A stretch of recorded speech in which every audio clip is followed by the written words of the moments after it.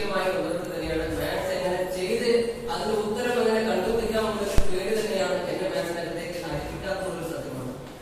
ഇവിടെ എനിക്ക് തന്നിരിക്കുന്ന ഒരു സബ്ജക്ട് എന്നതിനേക്കാൾ അപ്പുറത്തേക്ക് മാത്സിനെ എങ്ങനെ നല്ല രീതിയിൽ കൈകാര്യം ചെയ്യാമെന്നുള്ളത് തെളിവാണ് ഇന്ന് ലോകം ആദരിച്ചുകൊണ്ടിരിക്കുന്ന അല്ലെങ്കിൽ അംഗീകരിച്ചുകൊണ്ടിരിക്കുന്ന എല്ലാ വിഷയങ്ങൾക്കും അപ്പുറത്തേക്ക് മാത്സ് എന്ന് പറയുന്ന ഒരു സബ്ജക്ട് വിദ്യാർത്ഥികളുടെ ജീവിതത്തിൽ എത്രമാത്രം ഇടപെടലുകൾ ഉണ്ടാക്കുന്നു, അല്ലെങ്കിൽ ഒരു ജോലി സാധ്യത എന്നതിനേക്കാൾ അപ്പുറത്തേക്ക് ഒരു വിഷയാവതരണത്തിന്റെ എല്ലാ ഭാഗത്തിലും കൂടി കോളേജ് ക്യാമ്പസ് ഉൾപ്പെടെയുള്ള മേഖലകൾക്ക് അകത്തേക്ക് ഏറ്റവും നല്ല ഡിപ്പാർട്ട്മെന്റുകളായിട്ടും ഏറ്റവും നല്ല വിഷയങ്ങളായിട്ടും ഞാൻ പറഞ്ഞതുപോലെ ഒരു ജീവിത സാഹചര്യം എന്ന് പറയുന്നത് കണക്ക് കൂട്ടലുകൾക്ക് അപ്പുറത്തേക്കാണ് എന്ന് മനസ്സിലാക്കാൻ നമുക്ക് സാധിക്കുന്നുണ്ട്. ഈ ചെറിയ ക്ലാസ്സുകളിൽ തന്നെ മാത്സ് എന്നൊരു ഭയമല്ല എന്നുള്ളത്, ഉത്തരങ്ങളില്ലാതെ ഒരിക്കലും ചോദ്യങ്ങൾ ഉണ്ടാവുകയില്ല എന്നുള്ളത് സത്യമാണ്.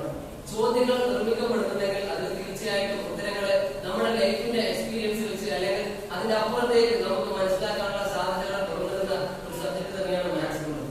ഇവിടെ മാത്സിനോടുള്ള പേടി എന്ന് പറയുന്നത് ഞാൻ പറഞ്ഞതുപോലെ എന്റെ ജീവിതത്തിലെ എന്റെ എക്സ്പീരിയൻസുകൾ അപ്പുറത്തേക്ക് എനിക്ക് അതിനോടുള്ള പേടി എങ്ങനെ ഇല്ലാതാക്കാം എന്നുള്ളത്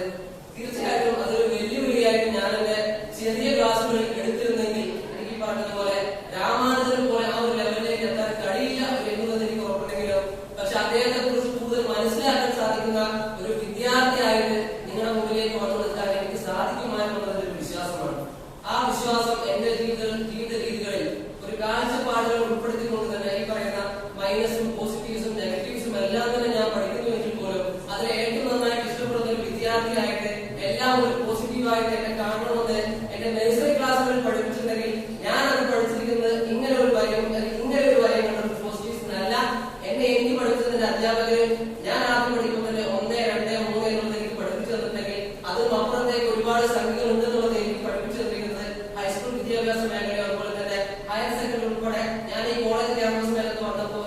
ഇവിടെ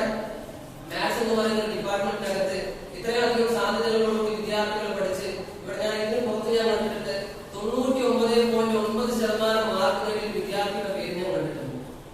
ഈ 99.9% മാർക്ക് നേടുന്ന ഒരു വിദ്യാർത്ഥി ജീവിതത്തിൽ ഒരിക്കലും പേടിച്ചിട്ടില്ലാത്ത ഒരു വിദ്യാർത്ഥിയാണ് ഞാൻ വിശ്വസിക്കുന്നില്ല. പക്ഷെ ആ പേടിയെ ആ ജീവിത സാഹചര്യങ്ങൾക്ക് അപ്പുറത്തേക്ക് ആ